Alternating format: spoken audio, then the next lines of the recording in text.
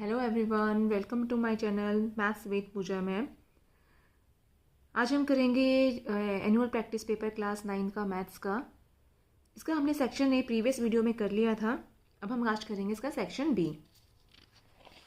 Section A का उसमें last question रह गया था, क्वेश्चन नंबर 20 जो वीडियो में आया नहीं था।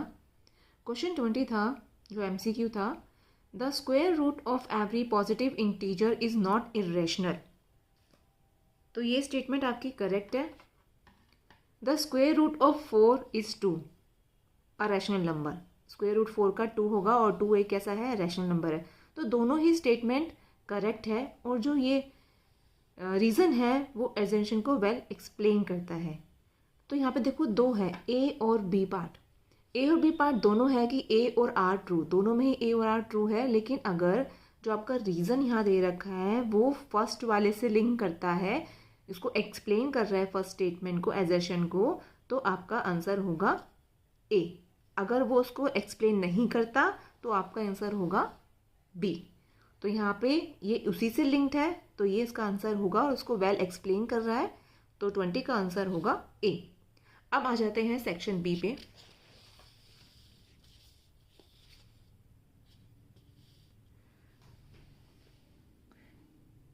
सेक्शन बी का फर्स्ट क्वेश्चन, क्वेश्चन नंबर 21 है। इसमें the weight of 40 students of a class is as follows. आपको वेट दे रखे हैं, आपको फ्रीक्वेंसी डिस्ट्रीब्यूशन टेबल प्रिपेयर करना है अबव डाटा का। तो फ्रीक्वेंसी डिस्ट्रीब्यूशन टेबल प्रिपेयर करेंगे आप।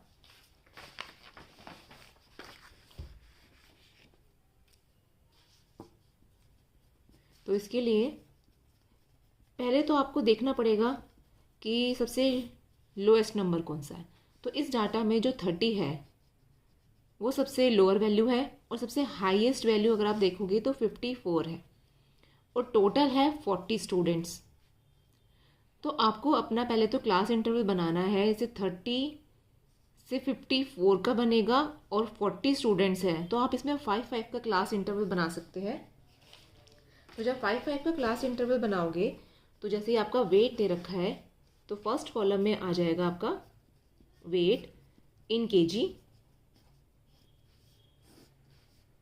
यहाँ पे आपका आ गया लोएस्ट 30 है तो 5-5 का इंटरवल बनाएंगे, 30 to 35, 35 to 40, 40 to 45, 45 to 50 और 50 to 55।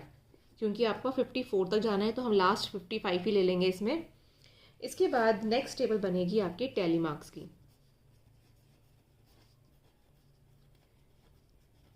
और लास्ट बनेगी फ्रीक्वेंसी।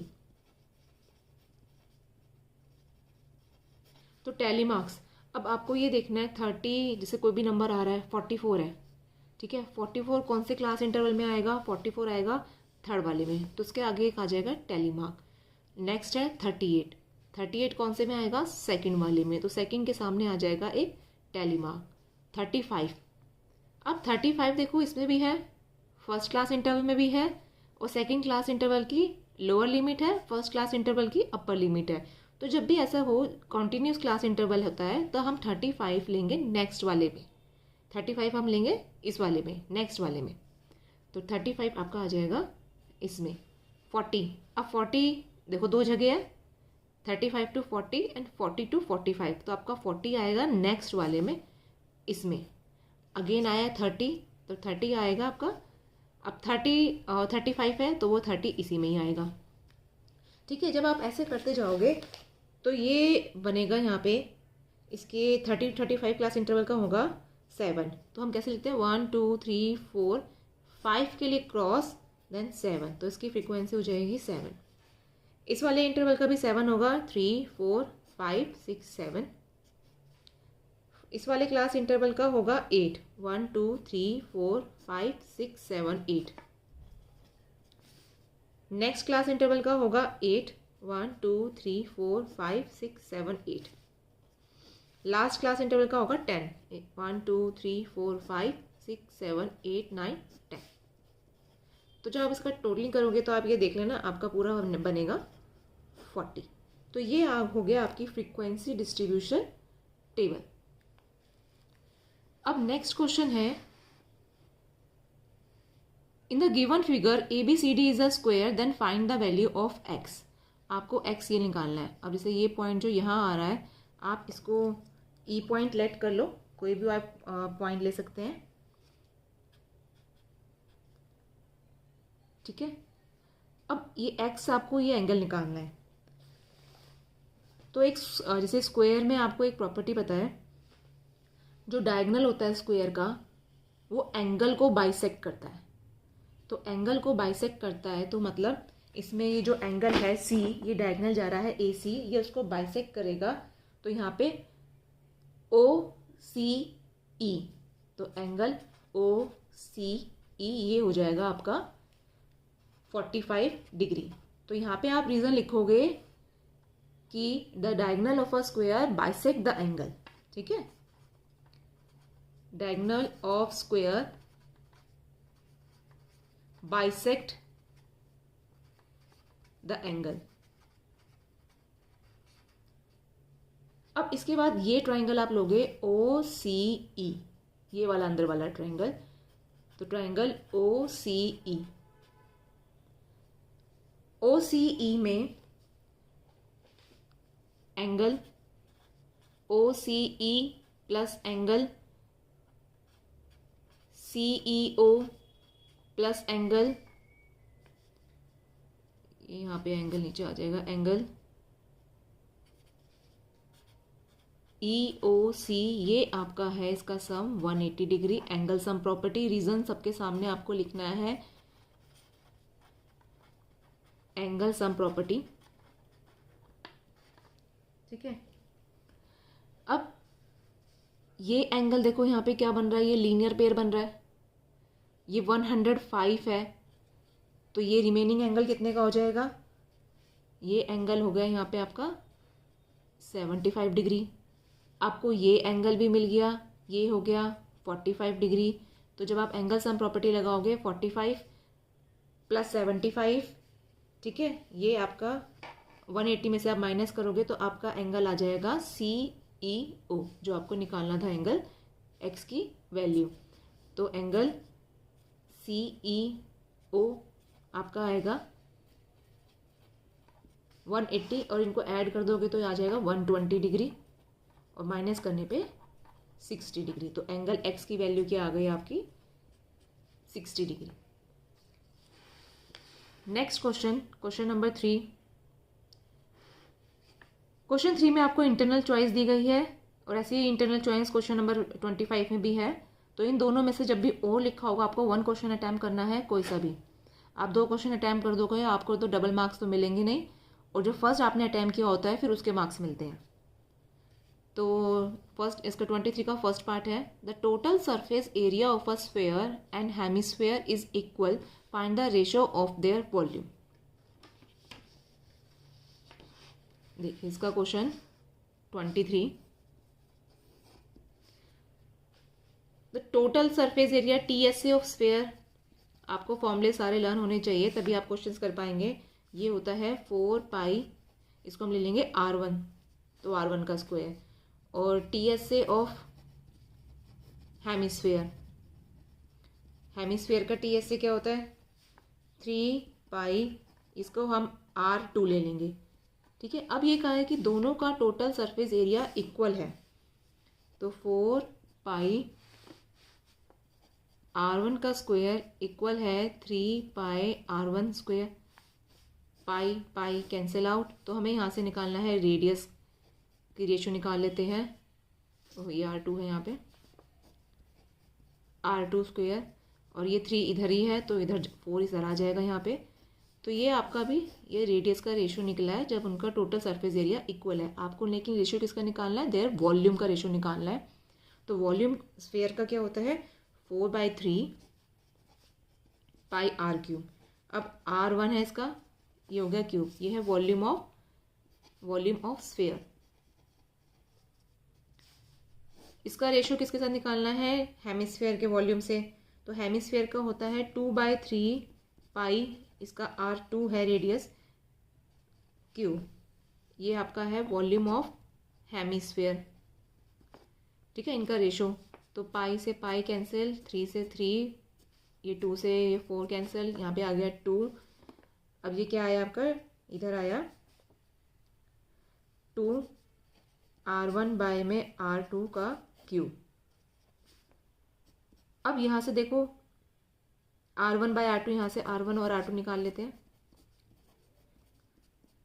यहाँ से स्क्वायर है तो यहाँ पे स्क्वायर रूट हो जाएगा, तो स्क्वायर रूट यहाँ पे 3 और 4 का स्क्वायर रूट हो गया 2। तो r1 r2 की जगह हम ये वैल्यू पुट करेंगे।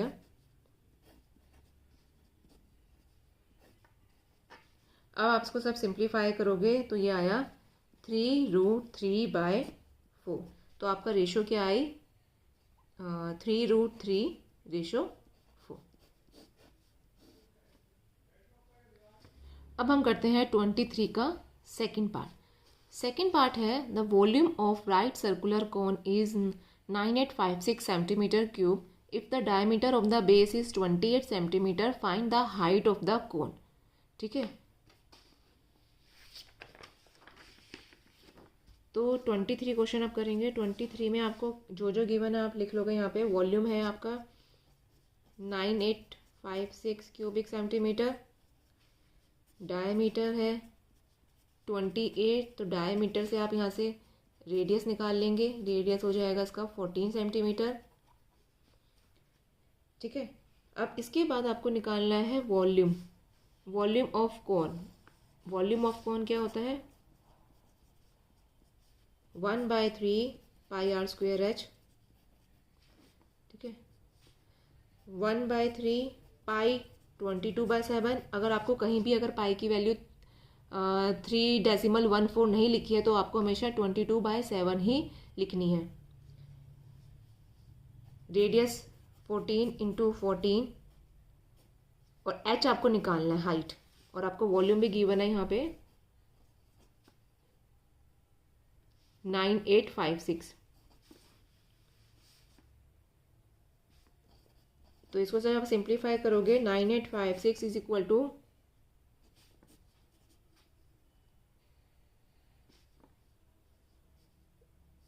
इसको सॉल्व करोगे ये आ जाएगा 616/3h। अब यहाँ पे 3 यहाँ पे डिवाइड हो रहा है, इधर जाके मल्टीप्लाई हो जाएगा और 16 यहाँ नीचे आ जाएगा डिनोमिनेटर में। अब आप इसको सॉल्व करेंगे, ये आ जाएगा 16 × 3 इज इक्वल टू 48 सेंटीमीटर।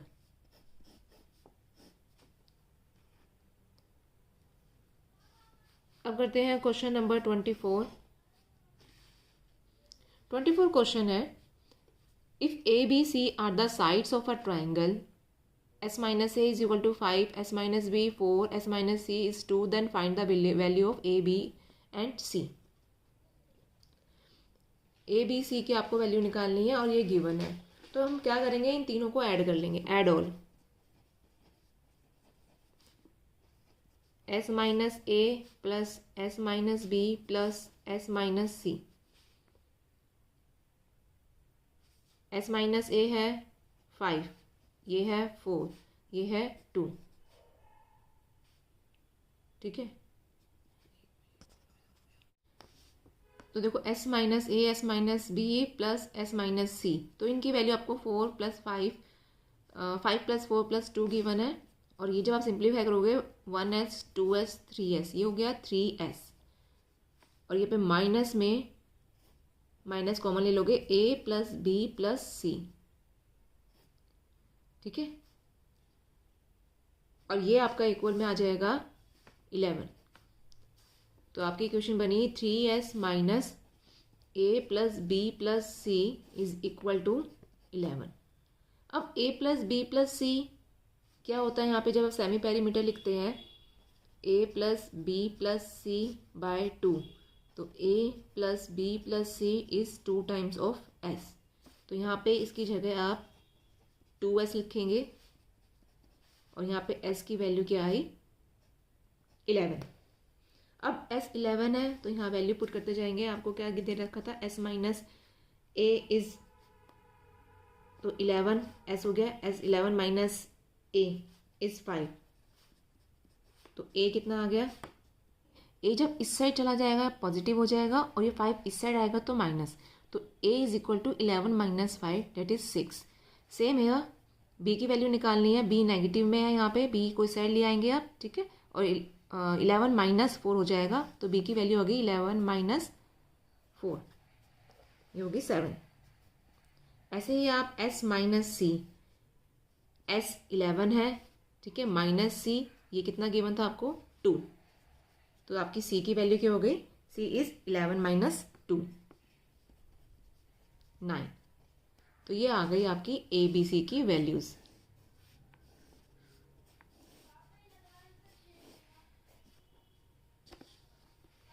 इसके बाद नेक्स्ट क्वेश्चन है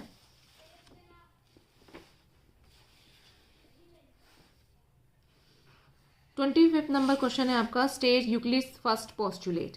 अभी देखो डायरेक्ट ही क्वेश्चन आ गया। फर्स्ट पोस्टुलेट क्या होता है यूक्लिड का, अ स्ट्रेट लाइन में be drawn from any point two any other point. तो आपको यूक्लिड के पोस्टुलेट और एक्सियम डायरेक्ट पूछे गए हैं नंबरिंग के साथ। पोस्टुलेट में फर्स्ट सेकंड नंबरिंग भी आपको याद होनी चाहिए, तो ये डायरेक्ट क्वेश्चंस है। इसके बाद ये भी देखो यूक्लिड के एक्सियम पे ही बेस्ड है, और वाला पार्ट इसका आपको ये दे रखा है, ये एंगल और ये एंगल इक्वल है 1 और 2, ये यहाँ पे 1 है, ये 1 और 2 भी इक्वल है। ये ट्राइंगल ए बी सी 1 और 2 भी इक्वल है, ये बड़े वाला एंगल भी इक्वल है। आपको पता शो करना है 3 और 4, 3 ये है 3 और ये 4, 3 और 4 भी इक्वल है। और which Euclid axiom you used in proving it, कौन सा एक्सियम लग रहा है। अब देखो पहले तो आप ये कर लो, एंगल प्रूव करते हैं पहले हम। A B C is equal to angle A C B, ये आपका गिवन है, ये रहा, ठीक है। अब गिवन है तो मतलब ये ए बी सी है 1 प्लस एंगल 4 और ए सी बी है एंगल 2 प्लस एंगल 3। 1 और 2 इक्वल है, तो 1 और 2 इक्वल है, तो आपका ये शो हो गया angle 4 is equal to angle 3। तो कौन सा एक्सियम लगा है, if equals are subtracted from equals the remainders are equal. जैसे ही इक्वल थे, इसमें से मैंने इक्वल ये 1 और 2 हटा दिए, सब्ट्रैक्ट कर दिए, तो क्या बचा 3 एंड 4। तो आप इसमें एक्सियम लिखेंगे, if equals are subtracted from equals the wholes are the remainders are equal, ठीक है। अब आपका ये सेक्शन भी हो गया है कंप्लीट। इसमें थे 5 क्वेश्चन, 2 इंटरनल चॉइसेस थी। इन दोनों चॉइसेस वाले क्वेश्चन में से आपको एक अटेम्प्ट करना होगा। अब आ जाते हैं इसके सेक्शन सी पे, जो हम करेंगे नेक्स्ट वीडियो में।